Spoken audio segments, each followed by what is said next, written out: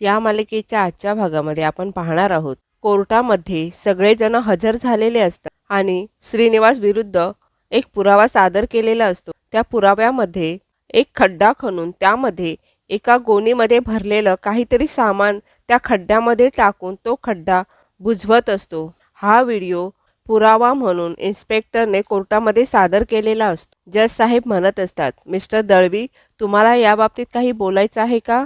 यावर श्रीनिवास म्हणतात, हो, मला बोलायचं आहे। श्रीनिवास म्हणतो, साहेब, तुम्ही जे आता पाहिलं ना ते पूर्ण सत्य नाही आहे, अर्ध सत्य आहे।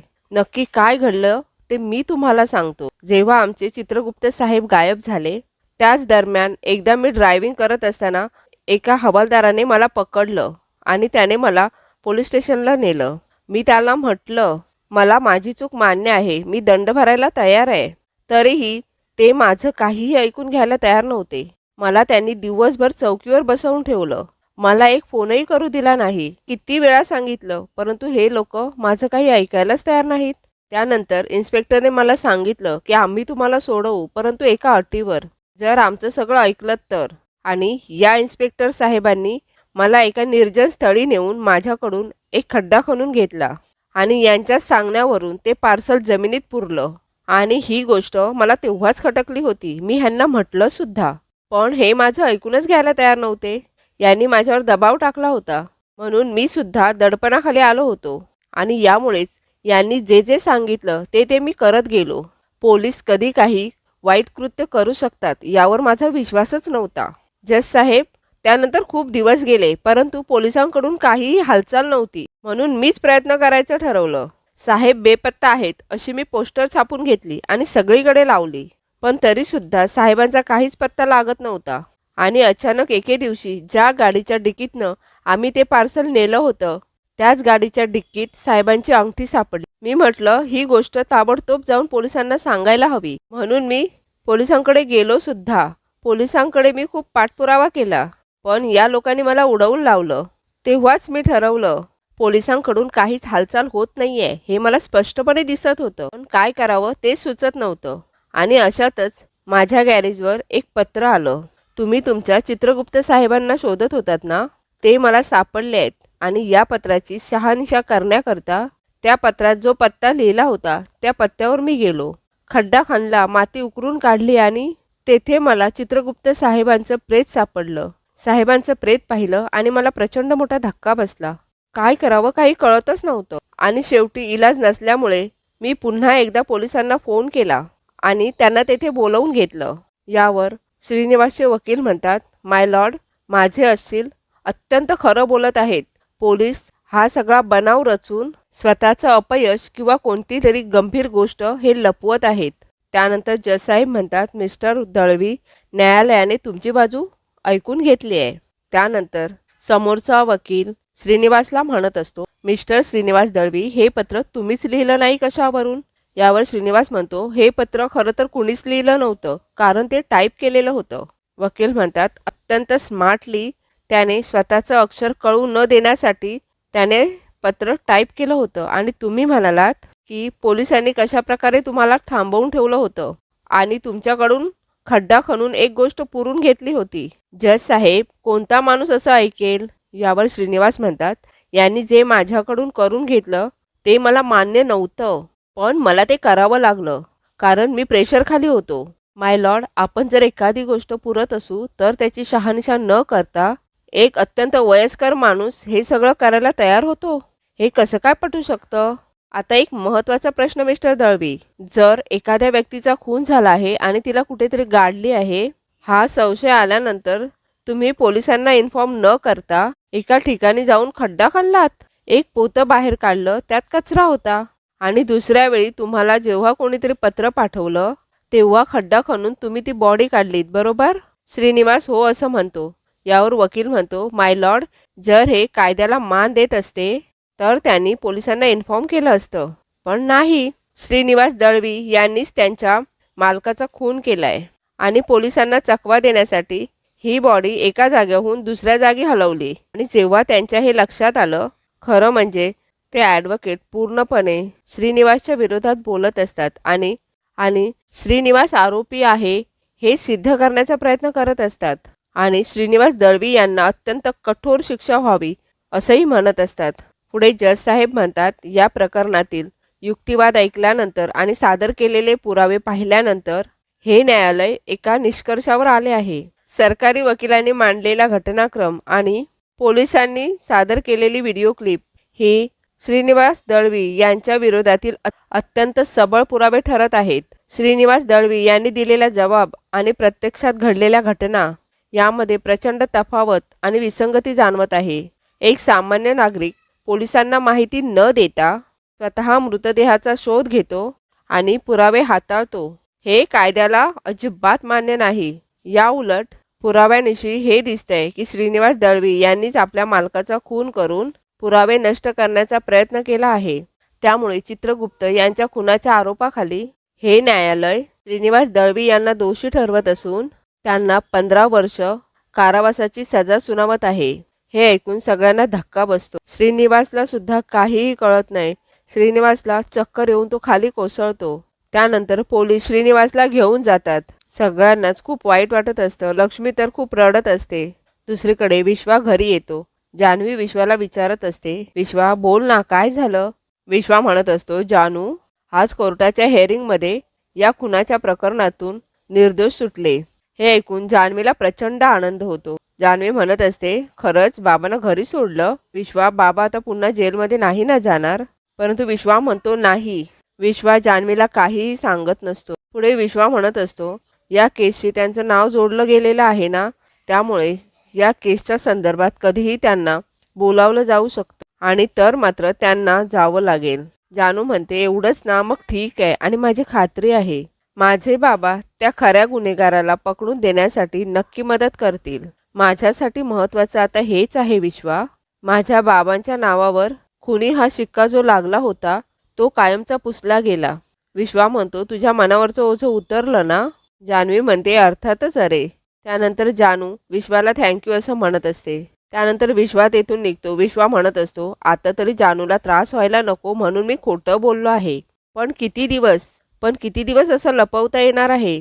जान्हवी आणि विश्वा दोघेही बोलत असतात आणि त्या दोघांना बोलत असताना सई लांबूनच बघते. सई म्हणत असते, विश्वा तनूला भेटायला आलेला? दुसरीकडे सिंचना हरीशला म्हणत असते, आता तूच मला सांग, काय गरज होती बाबांना या प्रकरणात पडायची? त्यांचा बॉस गायब होता ना, मग त्याच्या घरचे शोधतील ना त्यांना काय गरज होती या वयात सगळं करायची? काय झालं, शेवटी अडकलीस ना त्याच्यामध्ये? हे असं काहीतरी करून बसतात आणि मग मला माझ्या माहेरच्यांकडून ऐकून घ्यावं लागतं. सारखं हे असंच होतं. घरचे हे असं काहीतरी करतात, मग बाहेरच्यांचे टोमणे ऐकत बसावं लागतं. हरीश म्हणत असतो, माझे बाबा निर्दोष आहेत बघ. एकदा का ते सुटले ना की सगळे गैरसमज नाहीसे होतील बघ. पण मला या मधल्या काळाचं टेन्शन आलंय बघ. दुसरीकडे सई विश्वाला म्हणत असते, विश्वा तू इथे काय करत होतास? विश्वा म्हणत असतो, मी तनुशी बोलायला आलेलो. सई म्हणते, असं अचानक काय झालंय? यावर सई, आपलं काय ठरलंय? तनूचा गेलेला कॉन्फिडन्स परत आणायचा, बरोबर ना? मग मला असं वाटतं की तिला घरात बसवून ठेवणं योग्य नाहीये अगं. आपण तिला कुठेतरी बाहेर नेलं पाहिजे. तू बोलतेस का तिच्याशी? एकदा का ती बाहेर आली ना की तिला चेंज मिळेल, तिला थोडं बरं वाटेल आणि मोस्ट इम्पॉर्टंट ती ओपन अप होईल. या गोष्टीवर सई सुद्धा ॲग्री होते. सई म्हणते, येस मी बोलते. असं म्हणून सई विश्वाला मिठी मारते. त्यानंतर सई जान्हवीकडे येते. जान्हवी गाणं गुणगुणत असते. जानू सईला म्हणत असते, सई मी आज खूप खूप खूप खुश आहे. आज ना काहीतरी छान घडलंय. सई विचारत असते, काय ग, काय घडलंय? जान्हवी विचारत असते, तू काही सांगायला आले होतीस का? सई म्हणते, हो सांगायलाच आले. आणि आता तर तुझा मूड एवढा छान आहे, म्हणजे आमचा प्लॅन आहे ना तो करेक्ट टायमिंगला क्लिक झालाय. जानू म्हणते, कसला प्लॅन? सई तिला खाली बसवते आणि म्हणते, हे बघ तनू, तुझ्या पास्टमध्ये काय झालंय, तू काय एवढी अस्वस्थ असते हे मी तुला कधीच विचारणार नाही. पण मला एवढं कळतंय, पण तू कुठलं ना कुठलं दडपण घेऊन कायम वावरत असतेस आणि माझी आणि विश्वाची अशी इच्छा आहे तुला या दडपणातनं बाहेर काढायचं, म्हणजे तुझा जो हरवलेला कॉन्फिडन्स आहे तो परत येईल. त्यानंतर सई म्हणते, आज तू माझ्या आणि विश्वाबरोबर बाहेर फिरायला यायचं आहे आणि नाही म्हणायचं नाही. मी तुला तो ऑप्शनच देणार नाहीये नाही म्हणायचा. जान्हवी म्हणते, सई मुळात मी नाही म्हणणार नव्हतेच. मलाही असं वाटतंय की यावेळेस मी तुमच्यावर बाहेर यावं. मलाही थोडा चेंज हवाय. दुसरीकडे जयंत आणि लक्ष्मी बोलत असतात. जयंत म्हणत असतो, आई मला माहिती आहे बाबा असं काही करणार नाही आहेत. त्यांना नक्की कोणीतरी अडकवलंय. लक्ष्मी म्हणत असते, मध्यमवर्गीय माणसं आम्ही, आम्हाला अडकवून कोणाला काय मिळणार आहे? जयंत म्हणत असतो, ते मला माहीत नाही. लक्ष्मी म्हणत असते, 15 वर्ष तुरुंगात.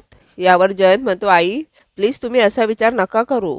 आई कोर्टामध्ये तुम्ही कसं ठामपणे म्हणाला होता ना की बाबांना तुम्ही बाहेर काढणार. प्लीज तोच ॲटिट्यूड ठेवा.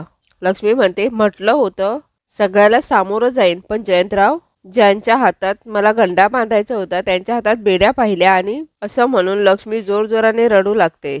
जयंत लक्ष्मीला सावरत असतो. जयंत म्हणतो, आई मुलगा मानताना मला, मग तुमचा मुलगा म्हणून आज मी तुम्हाला सांगतो, बाबांना तुमच्यासमोर उभं करण्याची जबाबदारी माझी. माझ्या आईला मी कधीच कोणता शब्द देऊ शकलो नाही, पण आज माझ्या आईला, माझ्या जानूच्या आईला शब्द देतोय आणि मी शब्द पाळतो.